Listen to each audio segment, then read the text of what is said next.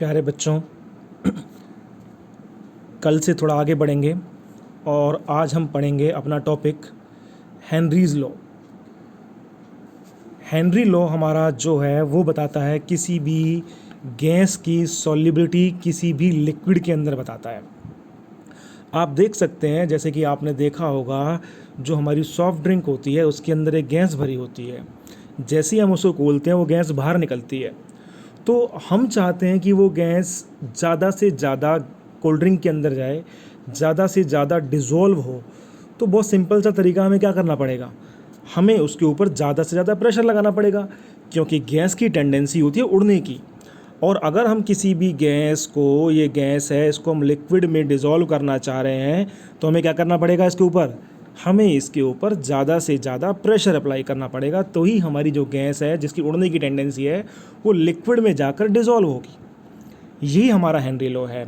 Henry law हमारा यही कहता है कि according to the Henry law, the solubility of any gas in any liquid is directly proportional to the pressure applied on that gas at constant temperature। इसका मतलब ये है कि किसी भी गैस के अंदर, किसी भी लिक्विड के अंदर किसी भी जो गैस की सॉल्युबिलिटी होती है वो डायरेक्टली प्रोपोर्शनल होती है उसके ऊपर लगाए गए प्रेशर के at constant temperature. The solubility of any gas is directly proportional to the pressure applied on that gas as constant temperature. It means we can say that P directly proportional to X। P हमारा pressure है, X हमारा यहाँ पर solubility है, जिसको आप mole fraction भी कहते हैं। सॉल्युबिलिटी भी कह सकते हैं हम इसको, और मोल फ्रैक्शन भी कह सकते हैं। जो मोल फ्रैक्शन होता है हमारा, वो नॉर्मली हमारी सॉल्युबिलिटी ही होती है। तो हेनरी लॉ कहता है कि किसी भी गैस की सॉल्युबिलिटी किसी भी लिक्विड में डायरेक्टली प्रोपोर्शनल है उसके ऊपर अप्लाई किए गए प्रेशर के, P directly proportional to X। और अगर हम प्रोपोर्शनलिटी का साइन हटा देते हैं तो एक नया कांस्टेंट आता है KH। P is equal to KH into X। ये यहाँ पर हमारा जो KH है वो हेनरीज लॉ कांस्टेंट है। और अगर हम इनके बीच में ग्राफ ड्रॉ करते हैं तो आपको पता है जब दो चीज़ें डायरेक्टली प्रोपोर्शनल होती हैं तो उनके बीच का ग्राफ कैसा आता है। डायरेक्टली प्रोपोर्शनल ग्राफ आता है straight line passing from origin.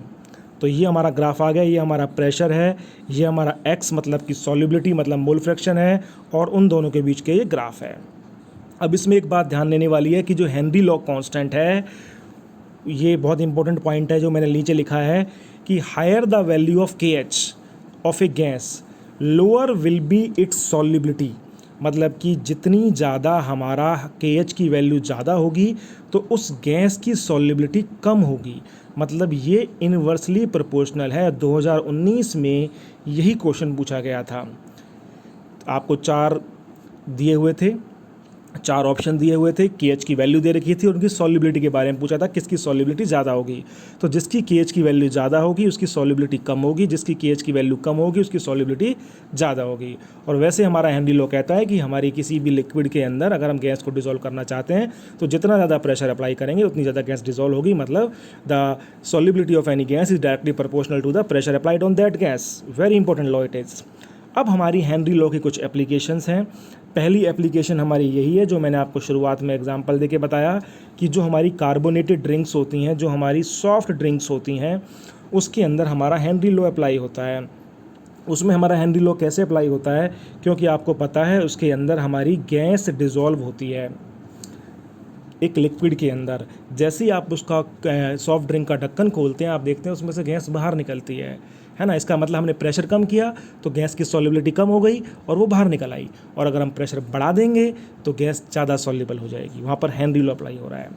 दूसरा हमारा जो एप्लीकेशन है वो ये है, एट हायर एल्टीट्यूड्स, ज़्यादा ऊंचाई पर जब हम जाते हैं, pressure of oxygen is less. हम जितना ऊपर जाएंगे, एक बात ध्यान रखेंगे आप, एटमॉस्फेरिक प्रेशर कम होता चला जाता है, और हम जितना नीचे आते हैं एटमॉस्फेरिक प्रेशर बढ़ता चला जाता है।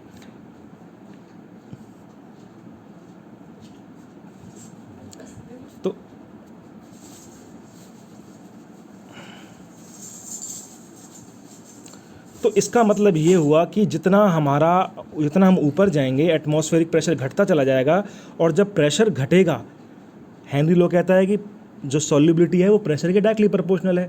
जब ऊपर जा रहे हैं तो प्रेशर घट रहा है, प्रेशर घटेगा तो सॉल्युबिलिटी भी घटेगी। किसकी घटेगी? ऑक्सीजन की सॉल्युबिलिटी हमारे ब्लड के अंदर घटती चली जाएगी, क्योंकि हमारा ब्लड लिक्विड है और ऑक्सीजन गैस है, तो हेनरी लॉ अप्लाई हो गया। मतलब ऊपर जाने पर प्रेशर कम हुआ, प्रेशर कम होने से ऑक्सीजन की सॉल्युबिलिटी लिक्विड में, मतलब हमारे ब्लड में कम हो गई, जिसकी वजह से जितना हम ऊपर जाते जाते हैं तो हमें चढ़ने में, क्लाइंब करने में परेशानी होती है।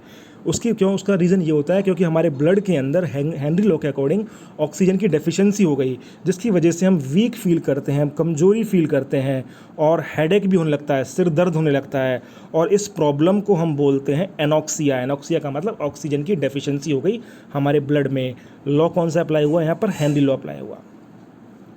तीसरी हमारी बहुत इंपॉर्टेंट एप्लीकेशन है, ये भी 2019 में पूछी गई थी, जो स्कूबा डाइवर्स होते हैं। स्कूबा डाइवर का मतलब जो गोताखोर होते हैं, जो डीप सी डाइवर्स होते हैं। डीप सी डाइवर का मतलब ये है जो समुद्र में जाते हैं, जो नीचे जाते हैं, जो गहरे पानी के अंदर जाते हैं। Remain in water at higher pressure, वो बहुत हाई प्रेशर के ऊपर पानी में जाते हैं, क्योंकि मैंने अभी आपको बताया जितना ऊपर जाएंगे प्रेशर घटेगा, और जितना नीचे जाएंगे प्रेशर उतना ज़्यादा बढ़ता जाएगा। अब जब क्योंकि वो नीचे जा रहे हैं, तो नीचे जाने से क्या होगा कि प्रेशर क्या हो रहा है? बढ़ रहा है, और प्रेशर बढ़ने से क्या होता है कि जो सॉल्युबिलिटी है, हेनरी लॉ के अकॉर्डिंग सॉल्युबिलिटी है गैस की हमारे लिक्विड में, मतलब हमारे ब्लड में क्या होती चली जाएगी? बढ़ती चली जाएगी। तो उसकी वजह से क्या होता है कि जो ऑक्सीजन के साथ साथ हमारे ब्लड में नाइट्रोजन भी डिज़ोल्व हो जाती है, क्योंकि बहुत ज़्यादा प्रेशर हो गया। उसकी वजह से क्या हुआ कि ऑक्सीजन के साथ साथ नाइट्रोजन भी डिज़ोल्व हो गई। अब वही स्कूबा डाइवर अगर पानी में कुछ टाइम तक रहने के बाद बहुत जल्दी, when they come back quickly, जब बहुत जल्दी वापस आएंगे, तेज़ी से वापस आते हैं, तो access of N2 escapes quickly, मतलब कि जो एक्सेस ऑफ डाई नाइट्रोजन है, ऑक्सीजन तो हमारे ब्लड में डिज़ोल्व होने के बाद उसने बहुत सारे काम कर लिए, उसने हमारे डाइजेशन के लिए काम किया, बहुत सारे काम कर लिए, लेकिन जो नाइट्रोजन है वो ऐसे कैसे रह गई। जब हम ऊपर आएंगे, ऊपर आने से क्या होगा? प्रेशर कम होगा, प्रेशर कम होने से नाइट्रोजन गैस हमारे वापस आएगी, बाहर निकलेगी, और जब वो बाहर निकलती है तो टिनी बबल्स के रूप में बाहर निकलती है, और टिनी बबल्स के रूप में बाहर निकलते टाइम वो हमारी जो ब्लड की कैपिलरीज़ हैं उनको ब्लॉक कर देती है, और जिसकी वजह से क्या होता है, हमारे जो जॉइंट्स हैं उनके अंदर बहुत तेज़ी से पेन होने शुरू हो जाता है, और इसकी वजह से कई बार डेथ भी हो जाती है, और इस प्रॉब्लम को हम कहते हैं बैंड्स। ठीक है, तो ये हमारी हेनरी लॉ की 3 एप्लीकेशंस हो गई। सॉफ्टनिंग अप्लाई होती है, जो लोग ऊपर जाते हैं, क्लाइंब करते हैं, जो हमारे पहाड़ों पर चढ़ते हैं, उनको पहाड़ों पर चढ़ने में बहुत दिक्कत होती है, क्योंकि ऑक्सीजन की सॉल्युबिलिटी ब्लड में घट जाती है।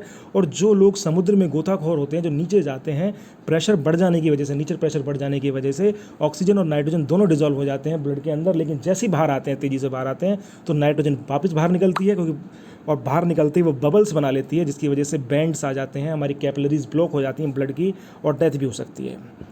नेक्स्ट टॉपिक हमारा है वेपर प्रेशर।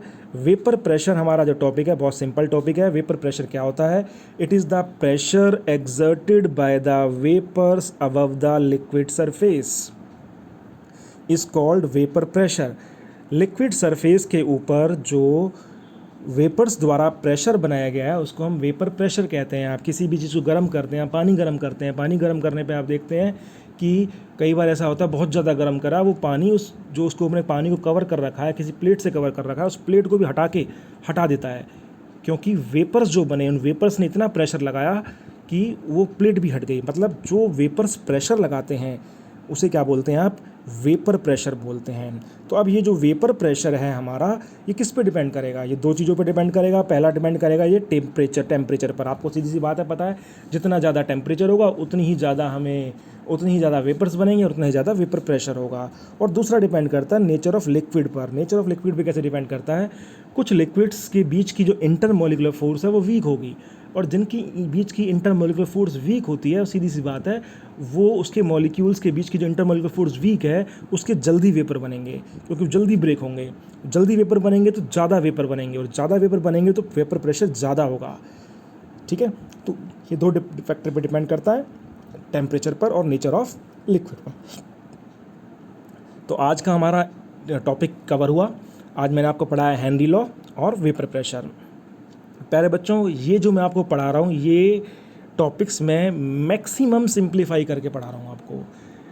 हो सकता है आपको ये बहुत सारी जगह पर, आपको यूट्यूब वगैरह पर अवेलेबल हो जाएंगी सारी चीज़ें, आप वहाँ से भी पढ़ सकते हैं, लेकिन ये जो मैं टॉपिक्स आपको पढ़ा रहा हूँ, जो केमिस्ट्री में आपको पढ़ा रहा हूँ, ये बहुत सिंपल वे में, बहुत टॉपिक्स को बहुत ज़्यादा सिंप्लीफाई करके पढ़ा रहा हूँ और बिल्कुल आपकी ही लैंग्वेज में जाके आपको समझ में आ पाए वैसे पढ़ा रहा हूँ। और बाकी फिर मैं आपको बीच में डाउट क्लास भी रखूँगा, जिस दिन आपको डाउट हो आप मेरे से डाउट ले लेना। Thank you very much.